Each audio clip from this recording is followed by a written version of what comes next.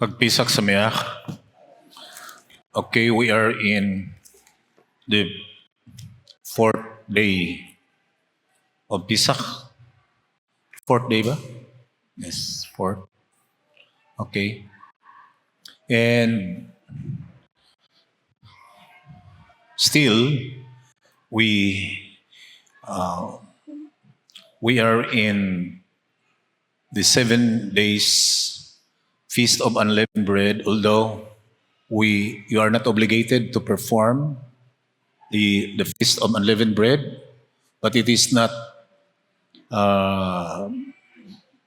dili forbidden nga mukaon og unleavened bread, but it is not a commandment. Okay? So pwede mukaon og unleavened, pero it is not a command. Okay? And since niya kita sa fourth day of Pisak, and the Torah that we have read, it is still connected to the Torah for the Pisak. And this morning, I'm going to share the Tehillim 118, what is meant for us, and how was it connected to our present state if we talk about living from Egypt. In the final or in the conclusive, live from his own Egypt. And that is one of the reasons why we do celebrate the Haggadah or the Pesach celebration. Let me read from the book of Tehillim in connection to this. Is one of the birakas of the Pesach. It's Tehillim 118. And particularly from verse 5, versikulo 5, it says, Min hamichar karati Hashem, ananei merkab Hashem. And the name Hashem there is only written in 2 letters, the Yud and the He, and it is mentioned twice.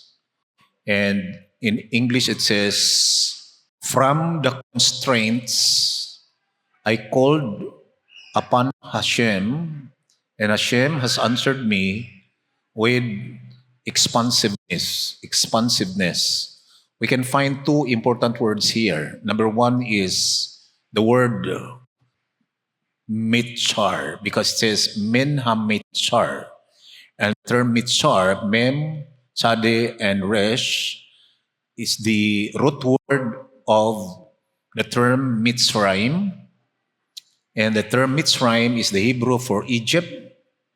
And we can find the term Mitchar, which is the root of Mitzrayim. That means the term Mitzrayim comes from the term Mitchar, which means confinement or limitations. Usa ka kulungan. Now, kulong o ang paghatag og limit or latid nga diha lang yun siya. That means sikip nga lugar, ipit, and then nakakulong, and that's the word mitchar. The next word that we can find is merkab, because it says Ananei v'merkab Hashem. And the word merkab means it is an open space. Open space. Okay? So we can find it is opposite to the term mitchar. Okay, let's look back to the Talmudic line that says, each one must live from his own Egypt. So that is the essence of the Haggadah. We are not only remembering what Israel experienced 3,000 plus years ago, now 3,300 plus years ago, Dili lamang atong hinumduman ang event, kundili unsay uh,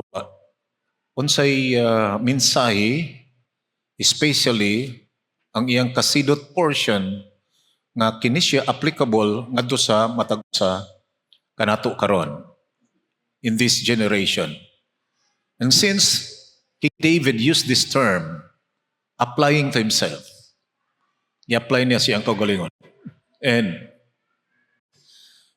some of the sages, especially Radak, he said, what David said was the confinement and the limitation was the time that he was persecuted by King Shaul. I still remember that he healed him the other way. Why the book of Psalms, kanunay tang makadungog nga Hashem is my rock, Chori, or Selah, no? Or Silati, that is my rock. Because there is a story behind that, nga naay mao bukid nga bato, nga diin si King David and his soldiers to sa pikas, and the soldiers of Shaul naapod diri sa pikas. And then the rock split. Nabuak ang bato as Hashem's protection to King David. So it is a picture of confinement and limitations. Now, wherever David was, he was pursued by Shaul. Isa-asa siya moadto, ginagukod siya ni Shaul. And perhaps, mao iyahang buot ipasabot. No? Mao iyahang mao iyahang gihandura nga gikan siya dito, and then Merkab is open space, is the time that he became king. Sa dihang nahimo na siyang hari sa Israel. Therefore, the space now is so open and so vast, so wide, expansive space, lapad na kaayo, nga naman tungod kay king na siya. So Radak said, so that is the meaning. Now, and then it says here, the stress which results from suffering and from being in danger constricts a person's spirit. Another application, tanan daw na itong mga stressing circumstance and sufferings, painful experiences, uban pa nga mga event nga diin kita nasaktan o kita nagpait, kini daw siya sama sa Mitzar, sama siya sa Egypt. And then, when Hashem showed forth His deliverance, answering our prayers, that before the distress comes, before miabot ang mga kasakitan, we offered prayers to Him regularly, na bisag na atas sa normal na sitwasyon, kanunay ta nga faithful biraka sa iya, because biraka is the service of the heart. Now, ang pag-alagad sa kasing-kasing, when Hashem said that love Him with all of your heart, Bekol levavka, with all your heart, and the sage said, loving Hashem with all of your heart is to be faithful in our biraka, because biraka is the service of the heart. Ang atong mga prayer, service of the heart. And since we faithfully pray to Him, offer the biraka to Him, so in times of char, in times of distress, in times of troubles, in times of sufferings and pains, yes, of course, Hashem will remember our offerings. He will remember as if our sacrifices. As mentioned in Tehillim 51 verse 19, that the contrite spirit, Hashem is pleased the kind of offering that Hashem is pleased, mao ang atoang broken heart, nga mao ang pagbuak sa atoang sitra akra, ang pagbuak sa atoang mga other side, atoang animalistic side of the soul, nga mao ang naglimit, mao ang nagkural or nagkulong sa atoang nishama. Okay, and then we can find it here that the psalmist also said that he experienced Merkab, and according to Rishalmi Ta'anit, what David experienced was in his failure with Bathsheba. Ang iya daw kinabuhi naa sa Mitzar, naa sa Egypt. Samtang nakasala siya kay Bathsheba, although he was not a sinner. He's a righteous man. And as a result, sa dihang nanganak na siya kay Solomon, for him, it is the place of, it is an open space, and it is an expansive place. Sa dihang nakita niya ang iyang anak na si Solomon, nga gikan na po Bathsheba, nga gitawag, who was known to be the wisest king on earth. Ang pinakamanggilamon nga hari sa tibuok kalibutan. And then King David made a declaration nga gitawag siya og credo. And it says, David's most cherished credo. It says here, murabag linya nga diin, muraba og ang mga tao muhukin, mugunit niini nga credo. It says, never be discouraged by the terrible burdens and pressures of life. Ayaw daw kaluya kung doon na daw moabot nga grabe nga mga kabugat nga mura ka og gihanukan og panganod.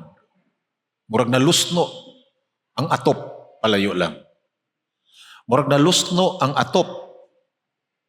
Terrible burdens. Unya naa ka sa tunga. Ikaw ang nagpugong, ikaw ang naipit. And pressures of life.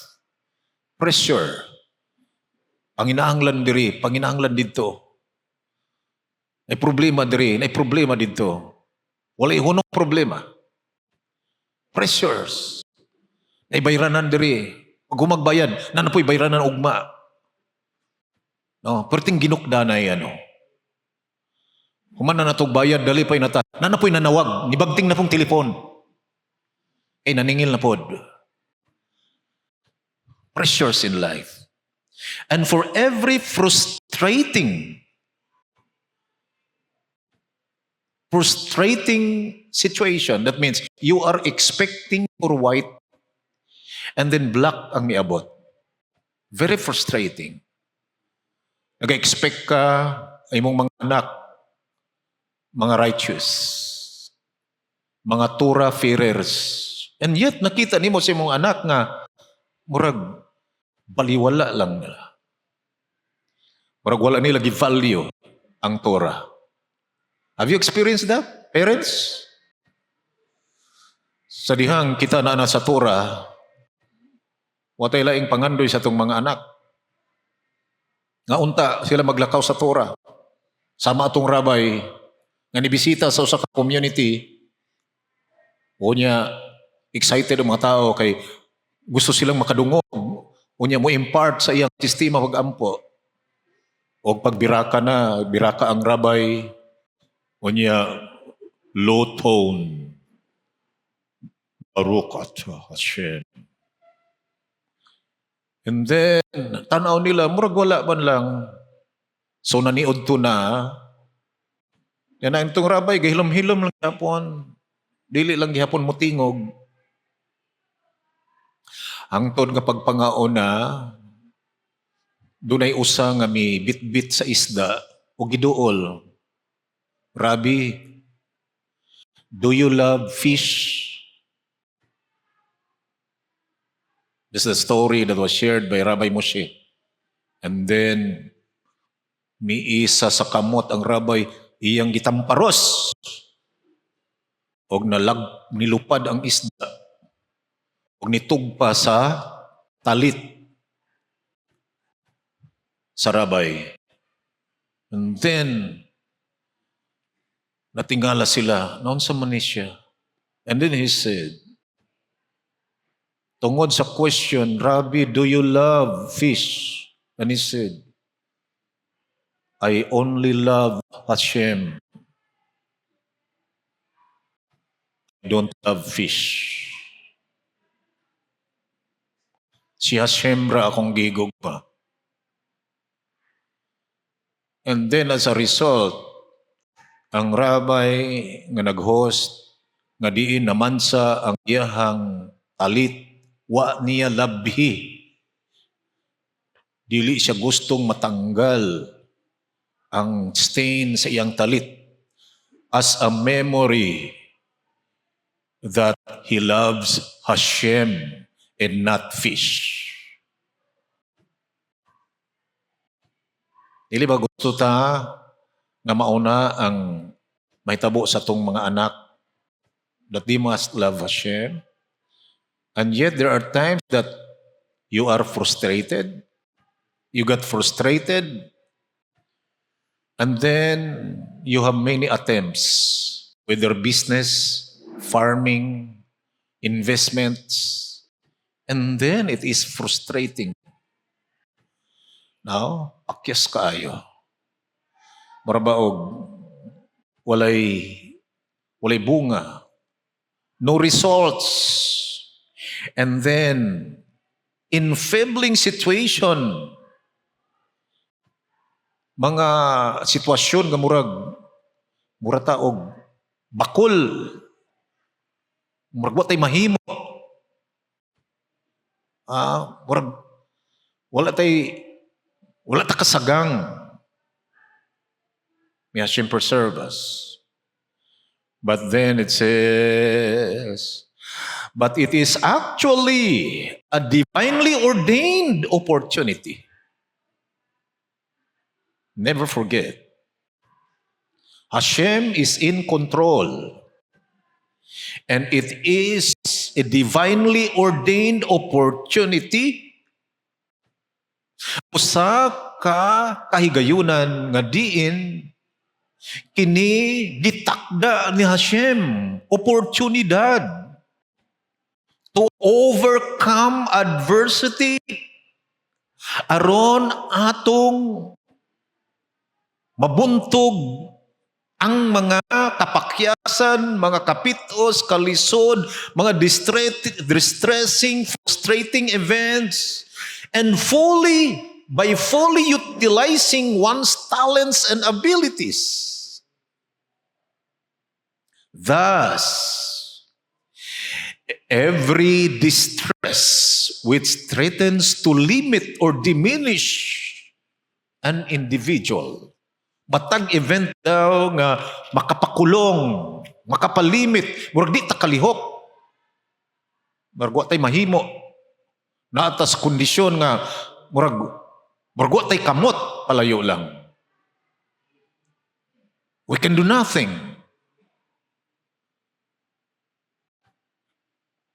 The situation can serve to broaden his scope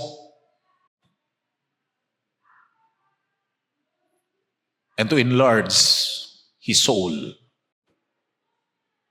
That's what King David said.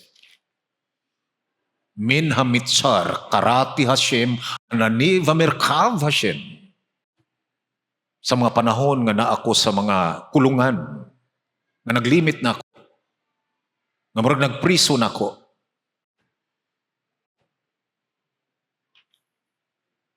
o noon dakong kahigayunan nga dadon ko niya sa open space. And then, my soul is enlarged. Napadako ang soul. That means nakasinati siya elevation of the soul from level 2 after the distressing event, after the Mitzar, after the experience of Mitzrayim. He is now elevated to level 10. Why? In every distressing and frustrating event in life, it is indeed an opportunity for Hashem to broaden our space.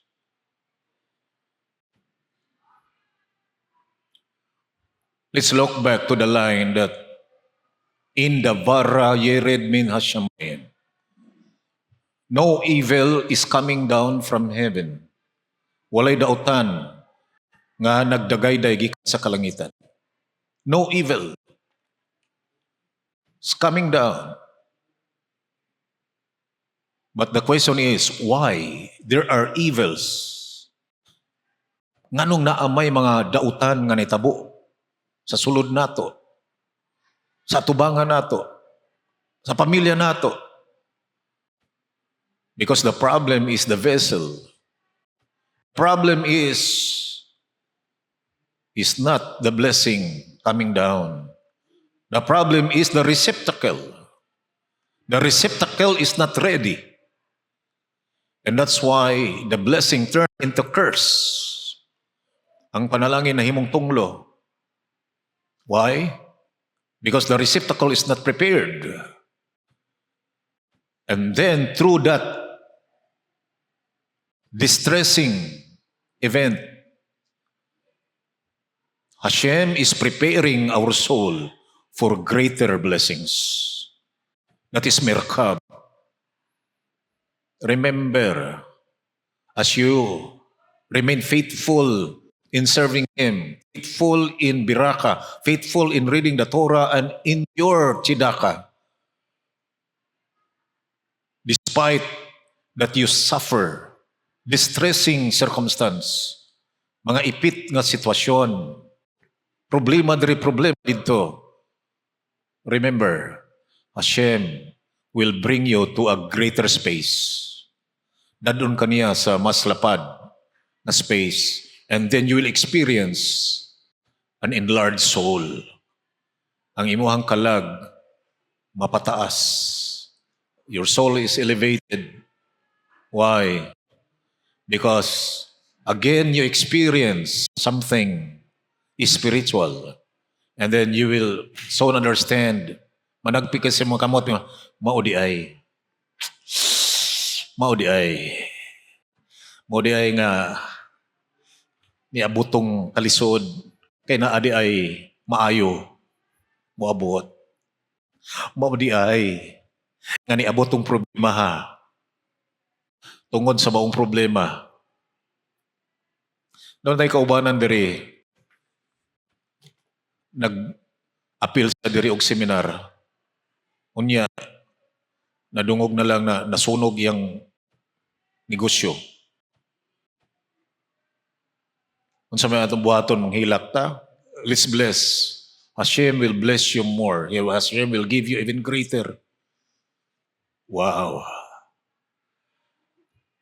Nakadawat siya og greater opportunity sa iyang negosyo. Sa una,